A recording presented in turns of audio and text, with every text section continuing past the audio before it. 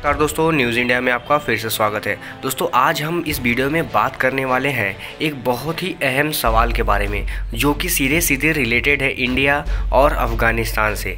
जैसा कि आपको पता होगा, इस समय अफ़गानिस्तान में बहुत ही ख़राब हालात हैं और वहाँ पर तालिबान धीरे धीरे अपना कब्जा करते जा रहा है। ऐसे में सवाल ये उठता है कि भारत ने जो लगभग वहाँ पर $3 बिलियन से भी ज़्यादा का पैसा इन्वेस्ट किया है, खासकर हमारे और आप जैसे टैक्स पेयर का, क्या वो वापस नहीं आ पाएगा या वो पूरी तरह से डूब जाएगा? ये सवाल हम नहीं पूछ रहे हैं, बल्कि कांग्रेस के एक सीनियर लीडर हैं शशि थरूर। उन्होंने मोदी सरकार से सीधा सीधा ये सवाल किया है कि हमारे टैक्स पेयर का $3 बिलियन से भी ज़्यादा का पैसा क्या वहाँ पे डूबने वाला है और सरकार इस बारे में क्या कर रही है। हालांकि सरकार इस बारे में कुछ करती हुई दिख तो नहीं रही है, लेकिन ये समस्या बहुत बड़ी है, क्योंकि भारत ने वहाँ पर इतना पैसा ऐसे ही लगा दिया है जैसे कि वो उसका खुद का घर हो। तो चलिए पहले जानते हैं कि आखिर इतना सारा पैसा भारत ने लगाया कहाँ कहाँ पे है और क्यों लगाया है।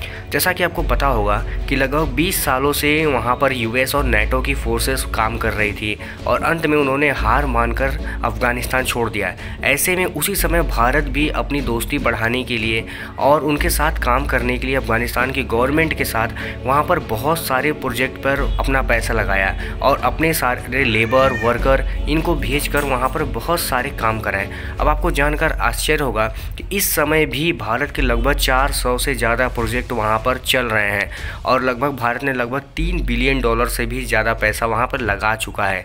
अब बात आती है कैसे रिकवरी होगी। अगर तालिबान का वहाँ पर पूरा कब्जा हो जाता है तो बहुत मुश्किल है कि भारत फिर उस पैसे को वापस भी ला सके, क्योंकि फिर वहाँ पर जाना ही मुश्किल हो जाएगा, वहाँ से पैसा लाना तो बहुत दूर की बात होगी।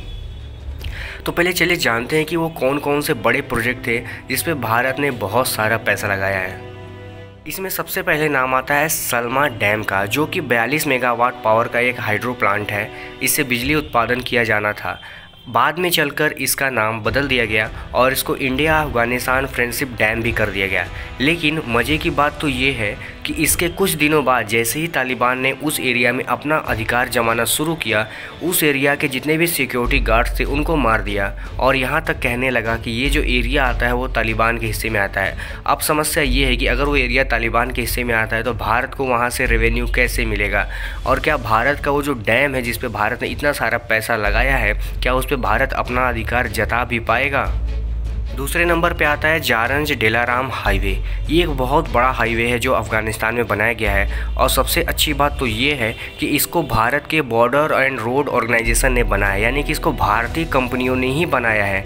अक्सर ये कंपनी भारत में बॉर्डर एरियाज़ में जितने भी रोड कंस्ट्रक्शन और पुल वगैरह बनाने का काम होता है, इसी सरकारी कंपनी को दी जाती है। लेकिन इसने अफ़गानिस्तान में भी जाकर काम किया है और आपको बता दें कि $150 मिलियन का लगभग इन्वेस्टमेंट इसी रोड के ऊपर किया गया है। यानी कि भारत जिस रोड को बना कर आया है वो रोड भी अब खतरे में दिख रहा है, क्योंकि उस पे ज़्यादातर हिस्सों पर अब तालिबान का ही कब्जा होगा। तीसरे नंबर पर आता है वहाँ का पार्लियामेंट, यानी अफ़गानिस्तान का जो पार्लियामेंट है वो भी भारत के द्वारा ही बनाया गया है। लगभग 2015 में इसका उद्घाटन किया गया था, जिसमें हमारे प्रधानमंत्री नरेंद्र मोदी भी गए थे और यह $90 मिलियन का था। यानी कि जितने छोटे बड़े काम थे सब भारत की मदद से किए गए हैं। या ये कह लें कि भारत ने वो सारे मौके भुनाने की कोशिश किया है अफ़गानिस्तान में जहाँ से उसको इन्वेस्ट करने का मौका मिल सकता था।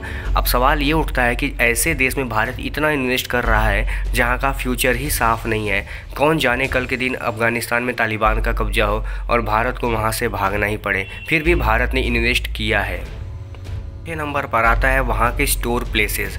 भारत ने 2016 में बहुत बड़े पैमाने पर वहाँ के स्टोर प्लेसेस का निर्माण करवाया, जिसको बाद में मोदी गवर्नमेंट ने भी जाकर वहाँ पर उद्घाटन भी करवाया और आज वो स्टोर प्लेसेस ज़्यादातर हिस्सों में तालिबान के कब्जे में आ गए हैं। यानी कि आप कह सकते हैं कि भारत ने ऐसे सारे प्रोजेक्ट जो कि वहाँ के गवर्नमेंट के साथ मिलकर किए थे वो लगभग या तो तालिबान के अंडर आ गए हैं या फिर वो अफ़गानिस्तान की जो गवर्नमेंट है उनके कंट्रोल से बाहर ही है। यानी कि भारत का उस पर कोई कब्ज़ा नहीं है, ना ही अफ़गानिस्तान की सरकार का कब्ज़ा है।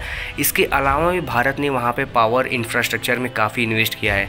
आपको बता दें कि पावर इंफ्रास्ट्रक्चर वहाँ का जो था उसमें इंडियन वर्कर, इंडियन कॉन्ट्रैक्टर ही जाकर काम कर रहे थे और उन्होंने वहाँ पर जितने भी डेवलपमेंट किए थे आज वो भी भारत के कंट्रोल से बाहर होता हुआ दिख रहा है। इसके अलावा हेल्थ सेक्टर्स जितने भी थे अफ़गानिस्तान में, जैसे चाहे वो स्कूल हों या फिर आप कह लीजिए हॉस्पिटल्स हॉस्पिटल्स हों, इन सारी चीज़ों में भी भारत का बहुत बड़ा रोल रहा है और भारत ने बहुत बढ़ चढ़कर इन पर भी पैसा इन्वेस्ट किया है। इसके अलावा आपको बता दें कि ट्रांसपोर्टेशन जो था वो भी भारत के द्वारा ही किया गया था।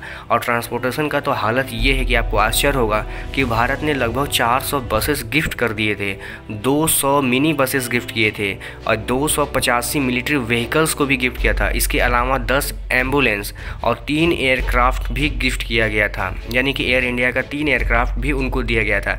यानी कि भारत ने बहुत बड़ी दोस्ती निभाई है अफ़गानिस्तान सरकार के साथ। लेकिन अब भारत के लिए सवाल उठ रहा है कि ये जो पैसा भारत सरकार ने अफ़गानिस्तान में बिना सोचे समझे पता नहीं कैसे लगा दिया ऐसे टेरर कंट्री में, क्या वो सच में डूब ही जाएगा? जैसा कि शशि थरूर सवाल कर रहे हैं कि टैक्स पेयर का ये पैसा सच में डूबने ही वाला है, क्या मोदी गवर्नमेंट इसके लिए कुछ करना चाहती है या करेगी या नहीं? सवाल तो बहुत बड़ा है, लेकिन उम्मीद बहुत कम है कि अफ़गानिस्तान में जो सूरत और हालात हैं वहाँ से भारत इस पैसे को फिर से रिकवर कर सकें। आपका क्या मानना है मुझे कमेंट करके ज़रूर बताइएगा। फिलहाल इस वीडियो में इतना ही। आपको वीडियो कैसा लगा वो भी बताइएगा। कल मिलते हैं किसी और वीडियो में किसी और टॉपिक के साथ। तब तक के लिए धन्यवाद।